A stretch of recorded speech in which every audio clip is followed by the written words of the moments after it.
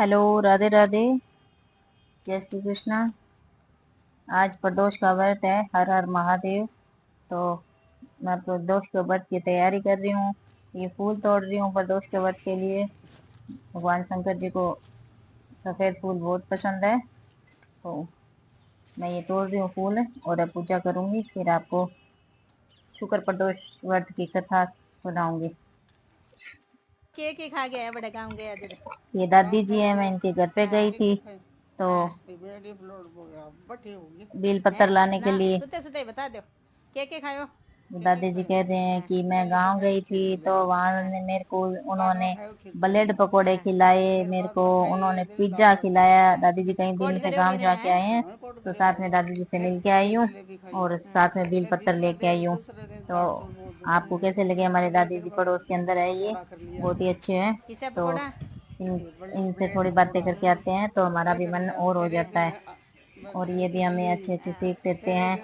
और हमारे बच्चे भी इनके पास जाके बैठ जाते हैं। नई नई चीजें खा गए हैं तो हाँ। दादी जी अपने गांव की चर्चा कर रहे हैं और अपनी बातें बता कितना रहे हैं दिन चल लिया कि फिर मैं भी वहां गई थी और मेरे को मेरे बहुओं ने हाँ अपनी बेटी के पास जाके हैं, फिर तो दादी तोड़ना जी ही पड़ा तो मेरे इतना बहुओं ने ये खिलाया, मेरे को वो खिलाया।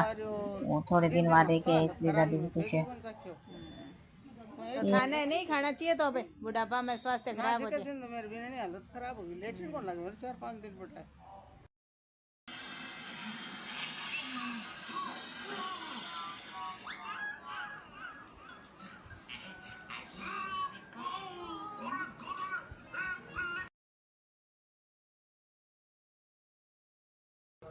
शुक्र प्रदोष व्रत कथा त्रयोदशी।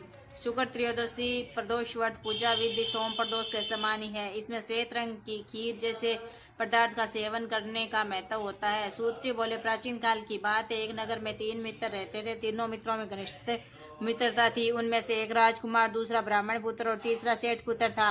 राजकुमार व ब्राह्मण पुत्र का दोनों का विवाह हो चुका था। सेठ का पुत्र विवाह के बाद गोरना नहीं हुआ था। एक दिन तीनों मित्र आपस में स्त्रियों की चर्चा कर रहे थे। ब्राह्मण पुत्र ने नारियों की प्रशंसा करते हुए कहा, नारीहीन घर भूतों का डेरा होता है। सेठ पुत्र ने ये वचन सुनकर अपनी पत्नी लाने का तुरंत निश्चय किया। सेठ पुत्र अपने घर गया और अपने माता पिता से अपना निश्चय बताया। उन्होंने बेटे से कहा कि शुक्र देवता डूबे हुए हैं। इन दिनों बहु बेटियों को उनके घर से विदा करके लाना शुभ नहीं होता। शुक्रोदय के बाद ही तुम अपनी पत्नी को विदा करा के लाना। सेठ पुत्र अपनी जिद से टस से मस नहीं हुआ और अपने ससुराल जा पहुंचा। सास ससुर को भी उसके इरादों का पता चला। उन्होंने उसको समझाने की कोशिश की, किंतु वह नहीं माना। उन्होंने विवश होकर अपनी कन्या को विदा करना पड़ा। ससुराल से विदा होकर पति पत्नी नगर से बाहर निकले ही थे कि उनकी बैलगाड़ी का पहिया टूट गया और एक बैल की टांग टूट गई। पत्नी को भी काफी चोट आई। सेठ पुत्र आगे चलने का प्रयत्न जारी रखा, तभी डाकुओं से भेंट हो गई और वे धन धान्य लूट ले गए। सेठ पुत्र पत्नी सहित रोता पीटता अपने घर पहुंचा। जाते ही उसे सांप ने डस लिया। उसके पिता ने वेदों को बुलाया। उन्होंने देखने के बाद घोषणा की, सेठ पुत्र 3 दिन में मर जाएगा। उसी समय इस घटना का पता ब्राह्मण पुत्र को लगा। उसने सेठ से कहा कि आप अपने लड़के को पत्नी सहित बहू के घर वापस भेज दो। यह सारी बाधाएं इसीलिए आई है कि आपका पुत्र शुक्रस्त में पत्नी को विदा करा लाया है। यदि यह वहां पहुंच जाएगा तो ये बच जाएगा।